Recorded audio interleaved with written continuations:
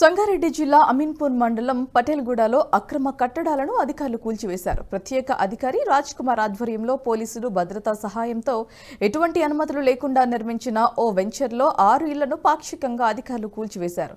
5 రోజులుగా పంచాయతీ అధికారులు వివరణ కోరినా వెంచర్ యజమానులు స్పందించకపోవడంతో అధికారులు కూల్చివేతలు చేపట్టారు. దీంతో కొంతమంది స్థానికులు అధికారులను అడ్డుకోవడానికి ప్రయత్నించారు.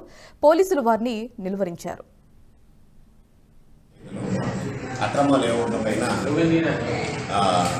అడ్డగోలుగా అక్రమ లేఅవుట్లు ఏర్పడడం వల్ల వాటి నిర్మాణాలను పూర్తి చేయడం మా జిల్లా కలెక్టర్ గారి ఆదేశాల మేరకు అంటే మా జిల్లా కలెక్టర్ గారికి కంప్లైంట్ వెళ్ళడం వల్ల మా జిల్లా పంచాయతీ అధికారి వాళ్ళ ఆదేశాలు మా డిఎల్పీ వారు గత 5 రోజుల క్రితం ఇక్కడికి వచ్చి ఆల్రెడీ వెంచర్ చూడడం జరిగింది. వెంచర్ విజిట్ చేసి ఆ తర్వాత ఆ రోజు అక్కడ అడ్డకట్టలు కూడా రోడ్లంతా కూడా డ్యామేజ్ చేసి సంబంధిత బిల్లులన్నీ పిలిపించడం జరిగింది. పిలిపించినప్పటికీ అది ఎవరు కూడా స్పందించకపోవడం గత 5 రోజుల నుంచి కూడా ఎవరు కూడా స్పందించలేదు. దాన్ని మేము నోటీసు రూపంలో మా ప్రతిరోజు మేము నోటీసు తీసుకొని పోతున్నప్పటికీ కూడా స్పందించలేదు. ఈరోజు మా స్పెషల్ ఆఫీసర్ గారి ఆధ్వర్యంలో ఇలా డిస్మెంటల్ చేయడానికి అనుకున్నాము. ఒక 4-5 ఇళ్ళు అయితే ఈరోజుకి పూర్తి చేశాము.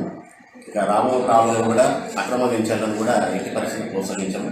అక్రమ నిర్మాణాలను కూడా కూల్చివేస్తామనే విషయాన్ని తమకి మీడియా ఇప్పుడు ఈరోజు మేము పూర్తి చేస్తున్నప్పుడు సందర్భంలో కొంతమంది రాళ్ళు తీసుకొని పైకి వస్తున్నారు.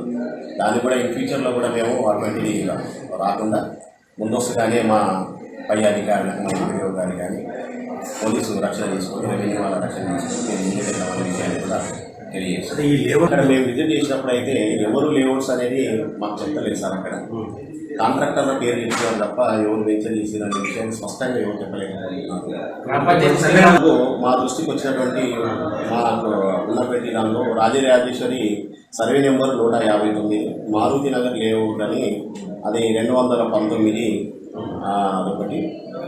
హైకోర్టు వచ్చి అదే దానిలోనే 219 రాజరాజేశ్వరి కేసు అని కూడా మా దృష్టికి వచ్చింది.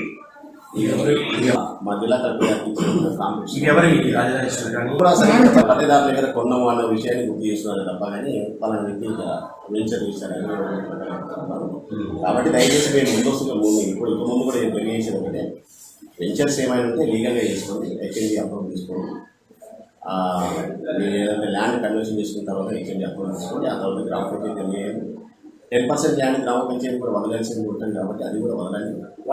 తర్వాత మీరు మాకు ఏమైనా కన్స్ట్రక్షన్ చేసుకునేటప్పుడు కూడా గ్రామ పంచాయతీ నుంచి తీసుకొచ్చి పర్మిషన్ తీసుకున్న తర్వాతనే లీగల్గా కన్స్ట్రక్షన్ చేసుకోవడానికి మేమందరూ అధికారులందరూ కూడా సహకరిస్తారని గుర్తు చేస్తాం. లేదండి ఇప్పటి వరకు మా దృష్టికి వాళ్ళు ఎటువంటి రాలేదు.